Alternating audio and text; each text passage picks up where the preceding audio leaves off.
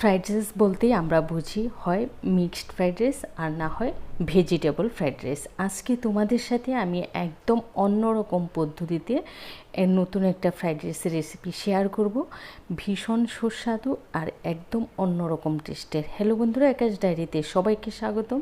যারা আমার চ্যানেলে নতুন আছো প্লিজ চ্যানেলটা সাবস্ক্রাইব করে পাশে থাকা বেল আইকনে ক্লিক করে দিও। তো এখানে আমি একটা ডিম নিয়েছি, ডিমটাকে ঝুরি করে নেব।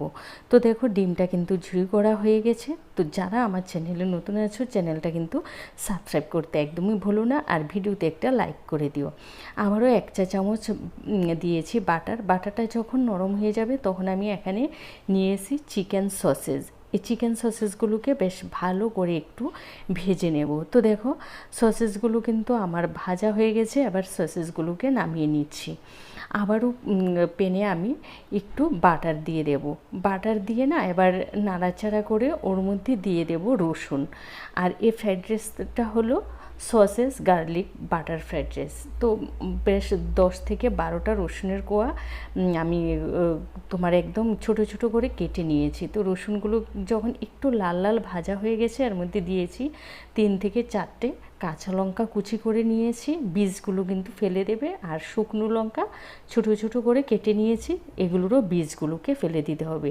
তো 1 মিনিটের মতো একটু নাড়াচাড়া করে নামিয়ে নেব।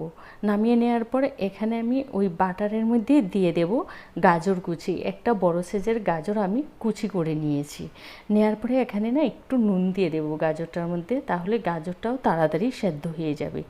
এবার গাজরটাকে 2 থেকে 3 মিনিটের মতো একটু ভেজে নিয়েছি। ভেজে নেওয়ার পরে এখানে আমি দিয়েছি একটা ছোটো সাইজের একটা ক্যাপসিকাম দিয়ে আবারও 2 থেকে 3 মিনিট একটু নাড়াচাড়া করে নেব। নাড়াচাড়া করে নেওয়ার পর এখানে আমি দিয়ে দেব মটরশুঁটি। এই মটরশুঁটিটা ছিল ফ্রোজেন মটরশুঁটি। তো আমি মটরশুঁটিটা দিয়ে এবার আবারও 2 মিনিটের মতো ভেজে নেব, কারণ মটরশুঁটিটা ফ্রোজেন মটরশুঁটি কিন্তু সেদ্ধ করাই থাকে, আর এটা আমার ঘরেই তৈরি করা। তারপরে দিয়েছি 3 টেবিল চামচ চিনি। এখানে কিন্তু খুব একটা মিষ্টি হবে না, ফ্রাইড রাইসটা হালকা একটু মিষ্টি থাকবে। দিয়ে এগুলোকে ভেজে আমি এক পাশে রেখে দেব। এবার ফ্রাইড রাইসটা তৈরি করার জন্য আমি একটা হাঁড়ি বসিয়ে ওর মধ্যে 2 চামচ দিয়েছি তেল, তারপরে দিয়েছি বাটার 2 টেবিল চামচ দিয়েছি। বাটারটা একদম হাঁড়ির চারপাশে লাগিয়ে দিয়েছি। তারপরে এখানে দিয়ে দেব আমি বাসমতি চাল 80% সেদ্ধ করে নিয়েছি। সেই বাসমতি চালটা রাইসটা দিয়ে তারপরে দিয়ে দিচ্ছি ওই যে গাজর, ক্যাপসিকাম, মটরশুঁটি এগুলোকে দিয়ে দিয়েছি। দিয়ে ফ্রাইড রাইসের সাথে প্রথমে ভালো করে মিশিয়ে নেব। মিশিয়ে নেওয়ার পরে এখানে একে একে আমি দিয়ে দেব ওই যে রসুনগুলো ভেজে রেখেছি, সেই রসুনগুলো দেওয়ার পরে দিয়ে দেব সসেসগুলো দেওয়ার পরে দিয়ে দেব ওই যে ডিমের ঝুড়িটা করে রেখেছি, সেই ডিমের ঝুড়িটা এক এক করে সমস্ত উপকরণগুলো আমি দিয়ে দিচ্ছি। দিয়ে তারপরে আবারও উপর দিয়ে না আমি 2 চা চামচ বাটার দিয়ে দিয়েছি। দিয়ে বেশ ভালো করে মিশিয়ে নেব। একদম ভালো করে মিশিয়ে লো হিটে আমি ঢেকে রেখে দেব 3 থেকে 4 মিনিটের মতো।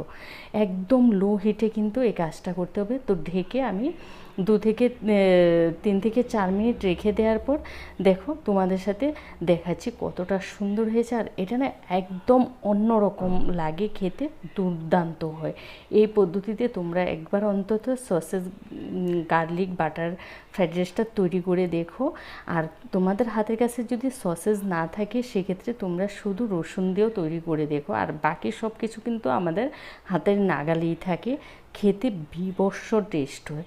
ভিডিওটা ভালো লাগলে তোমাদের আত্মীয় স্বজন, বন্ধুবান্ধব সবার সাথে বেশি বেশি করে শেয়ার করে দিও। আর যারা চ্যানেলে নতুন আছো চ্যানেলটা সাবস্ক্রাইব করে পাশে থেকো। ভালো থেকো, সুস্থ থেকো। টাটা।